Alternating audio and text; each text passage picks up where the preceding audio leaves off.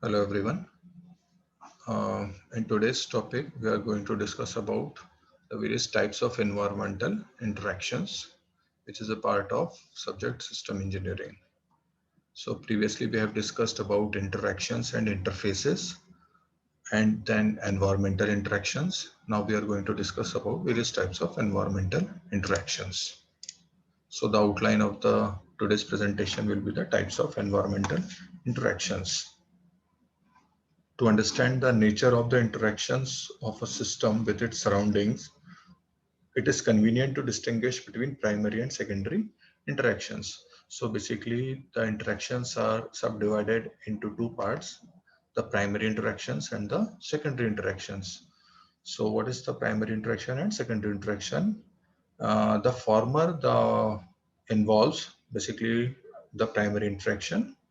The primary interaction involves elements that interacts with the system primary functions, that is, represents functional inputs, outputs, and controls, whereas the secondary interaction, the latter relates to the elements that interact with the system in an indirect, non-functional manner, such as physical supports, ambient temperature, and so on.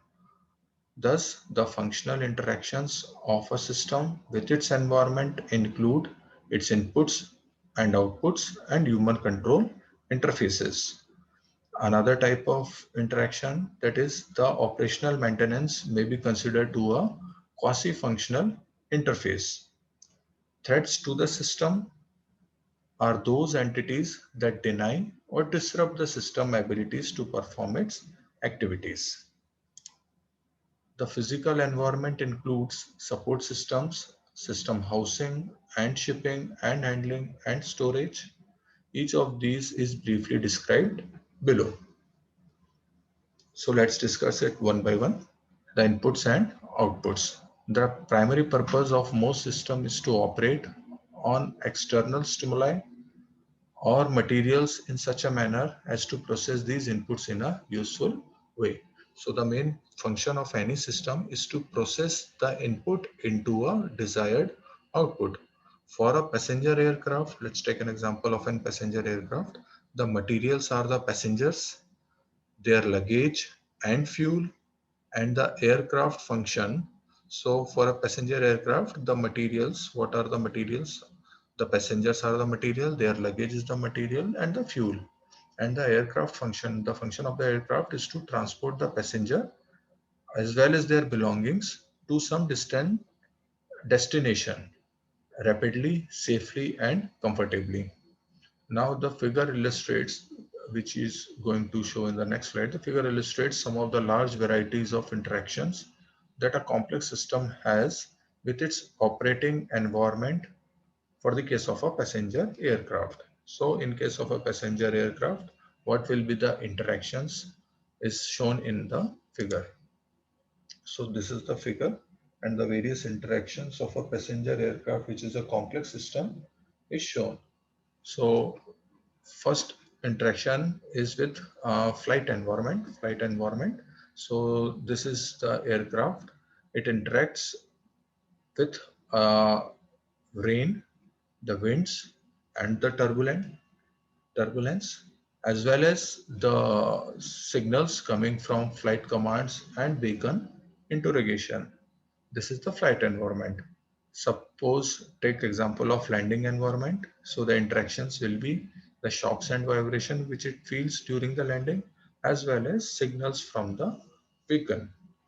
Now the support environment. That the support environment includes the fuel and the power. The fuel which is fed to the aircraft, as well as the power. Next interface will be the people and payload interface.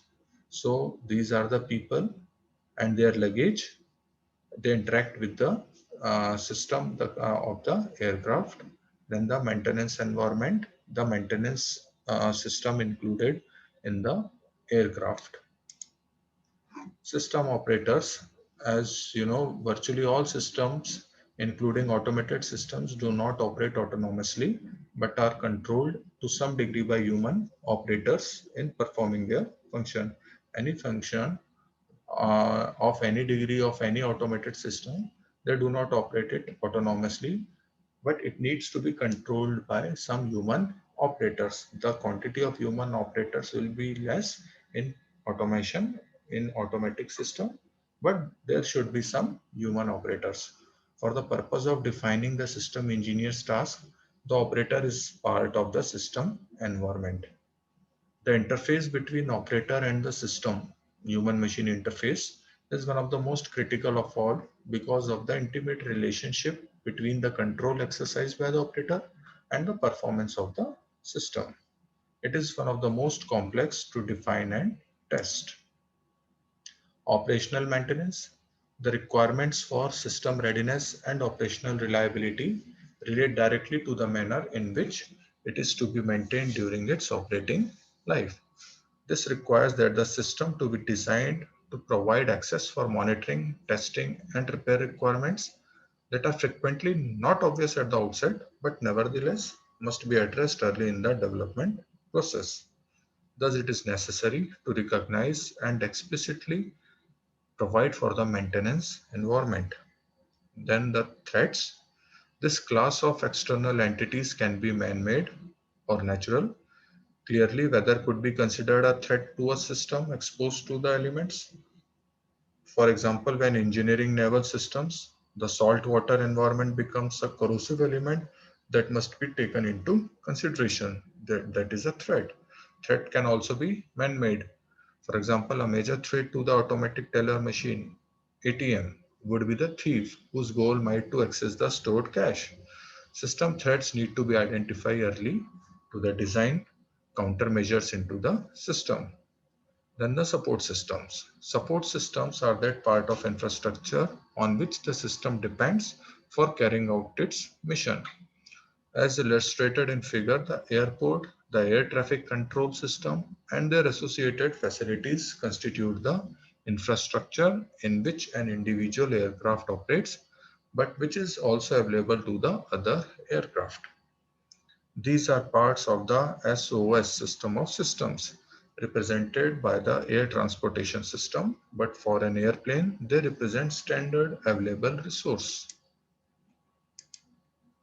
Then shipping and handling environment. Many systems require transport from the manufacturing site to the operating site, which imposes a special condition for which the system must be designed. Typical of these are extreme temperatures, humidity, shock, and vibration, which are sometimes more stressful than those characteristic of the operating environment. It may be noted that the impact of the latter categories of environmental interaction is addressed mainly in the engineering development stage. So that is all for the today's topic, which is the types of environmental interaction. Thank you.